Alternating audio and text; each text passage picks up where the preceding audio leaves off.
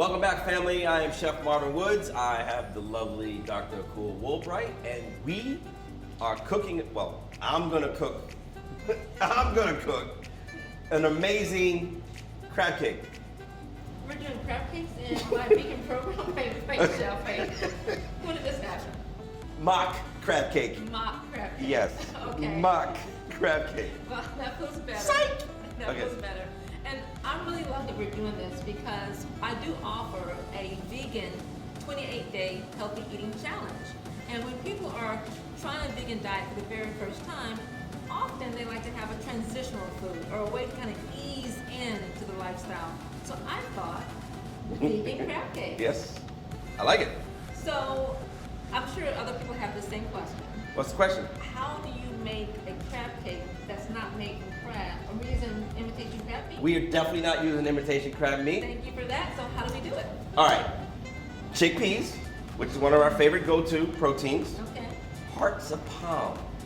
Are you familiar with hearts of palm? I've never worked with parts of palm. Well, now, obviously, this is not what it looks like when it's growing on a plant, but you can find this in your local grocery store, typically, or you can order online, but it's called hearts of palm. It looks like this. It's a plant. So how does this come? This is in the produce department, or where did I find this? It would be in your canned food department. It's in canned food. Look where you find like canned tomatoes and canned beans and those type of things. This is like in the artichoke family, okay? So if you find canned artichokes, you'll find typically hearts of palm right next to it. So that, and then we got a couple other secret ingredients that we're gonna throw in it that I'm gonna share with them, and I'm not gonna tell you, and then when you come back and taste it, then you let me know, you know. Well, I'm excited for this. Because I know you're gonna not stay here for the making of the whole dish. I'm not going to stay here. I'm going to As always. As always. I'm going to let you do your thing. Okay. I'm excited to see how it looks and tastes. And Okay, then- all right. All right. I like it. It's like a food challenge. Okay, fine. All right. All right, cool. Let's get into it. We're gonna start with celery and some bell pepper and a little bit of onion, and I'm gonna sweat. Now, I have to tell you, when I make crab cakes and I use crab meat, it's the same type of formula that I employ when I make those crab cakes. So why change? Whenever you're cooking savory food, you always want to build flavor. Celery, bell pepper, onion builds flavor, right? So we're not going to shy away from doing that. I'm going to cut a small dice. So I make my small cuts in first and just go down. Now, in this, I want to cut a small dice because I want it to just blend in with the rest of the ingredients. And I do this when I use crab meat. So I'm not doing anything different on this recipe except for not using crab. But in terms of cutting the vegetables, same type of size, and then I sweat it. So I'm gonna get these going. While this starts, I'm gonna dice a little bit of yellow pepper, and I'm gonna dice a little celery. Now, the reason why I'm starting with this is because I want it to cool down. When I add it to my mixture, we're not even gonna call it a crab mixture, we're gonna call it a chickpea hearts of palm mixture. When I add it to the mixture, I want it to be cool, because eventually I'm gonna have to shape these into looking like a cake. About the same amount of yellow pepper, could be red, could be green, not really that particular in this. Could use all three if you want. All right, I'm going to throw a little green in. Color is always good. And while I do that, I'm going to grab a piece of celery as well. And on this piece, so here's a little trick we use as in chef world. Flatten the knife, push down the celery so it's flat. Now I can cut thinner strips. So you're not working with the celery when it's curved like this. It's easier to work when it's flat. Always make sure when you're cutting, the ingredient is flat. It will prevent mistakes. All right. So celery's in. crank this up a little bit.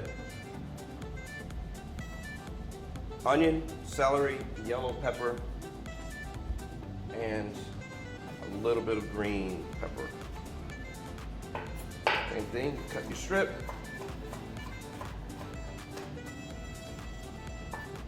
Turn it sideways.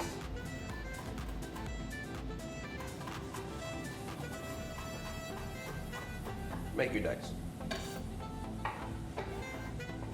Okay.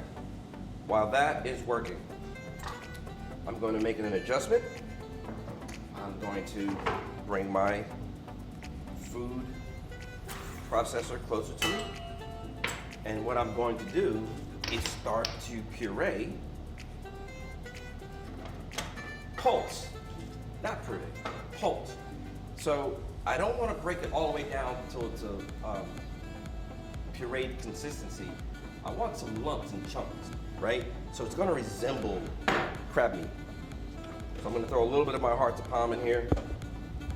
And I'm going to break this down first. And what I'm going to do is do these separately. Because I want a particular look. And so, move this over. Now, if you had to close your eyes, not tasting, but if you saw that, you'd say it looks like crab meat. That's what we want. Now, I will put this back on, and we will do the chickpeas. The recipe is measured out on the website, so you don't have to worry about how much I'm putting in. I do all that for you. Okay? Now, that's what we're looking for. Mix that in. I'm gonna give it a stir to see what it looks like to me. Because again, I'm looking for something in particular, and that is this mix that when it's all said and done, it's going to resemble crab meat. So it's almost like 2-to-1 heart to palm to chickpea. And again, it's measured out, so you don't have to worry about that part. Okay, now, for the flavor builder, right? If you've ever made a crab cake, you know that it always has a little bit of mayo. This is vegan, so it's veggie-naise. It has a little bit of mustard, Dijon, which is definitely my favorite mustard of choice. But it has that one quintessential ingredient, Old Bay. This right here can't forego this ingredient in a crab cake. So, a little bit of Old Bay. Now, for the twist, we're gonna put a little seaweed in here. So now, you're gonna get a little bit of a seafood / crab taste and flavor. I just use my hands, crumple it up. This is an ingredient, folks. When you are making vegan and vegetarian recipes, seaweed is your friend. It smells like a crab cake right now. Now, a couple more things goes in this, a little lemon juice. I'm gonna add a little flat parsley, so let me set myself up. Now I picked it, but I'm gonna chop it just a little bit. One of the other things that I put in my crab cake is celery seed. Give that a shake. So a little bit of celery seed, a little bit of chopped parsley. My towel out of the way. Not a lot, just a little bit. That goes in. Pinch of salt. And give that a mix.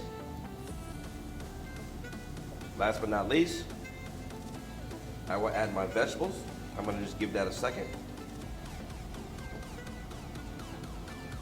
Let it cool down. Always gotta taste it before you put it into form. She's gonna love this. I have garlic powder and onion powder. Not even gonna put it in. Don't think I need it. Okay. Oh, that's good. Now, the good doc is letting me use oil to saute these. If you did not want to use oil, you could actually finish these in the oven as well.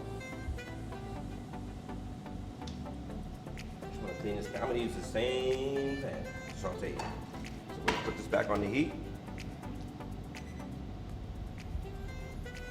Now, if you have a melon baller, it's a good device to shape your size. We are going to roll these in breadcrumb. So give me 1 second. And I'm going to move and get my breadcrumb.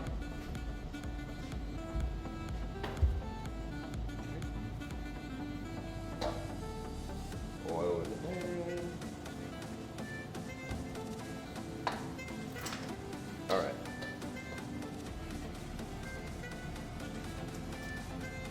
Now, if it doesn't bind and it's too wet, what you can use is a little bit of breadcrumb to help stay together. You could also use a little bit of your chickpea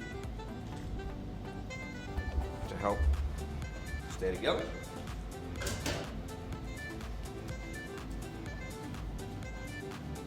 So I shape this. I'm gonna make a couple, roll it in the panko, put it in the pan.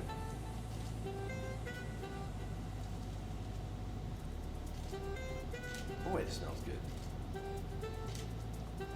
I'm not just saying that. I mean, this smells really good.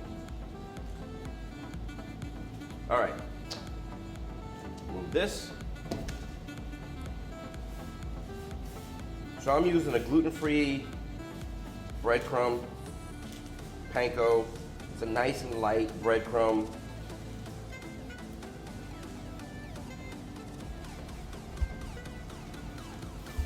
In the pan we go.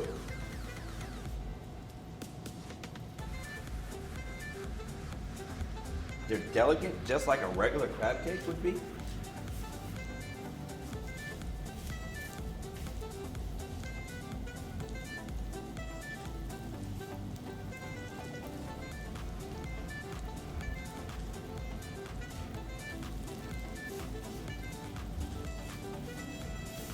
And we're gonna get the last one in.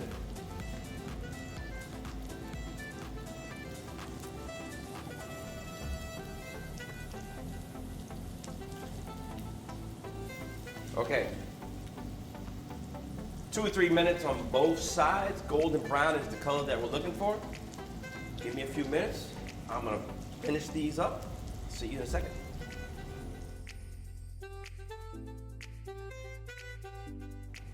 All right, they are golden brown, which is exactly what we're looking for. Oh, Dr. Akua, I am plating up.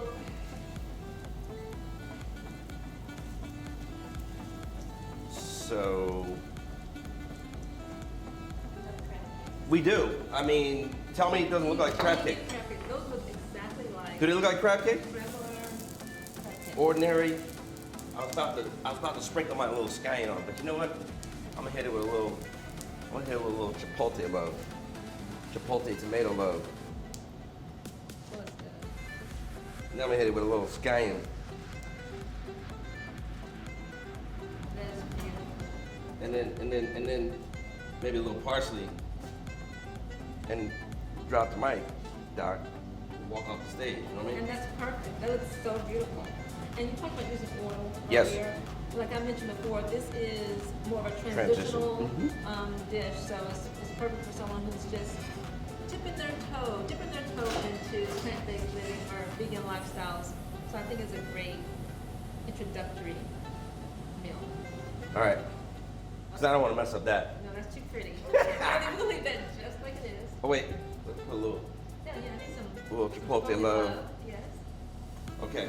It's hot, so blow. You didn't give me the scallions. Oh, look at you. Yes, you're right.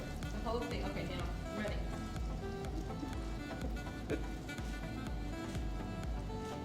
Be honest. I know you will. But Oh be, my goodness. be honest. That is so good.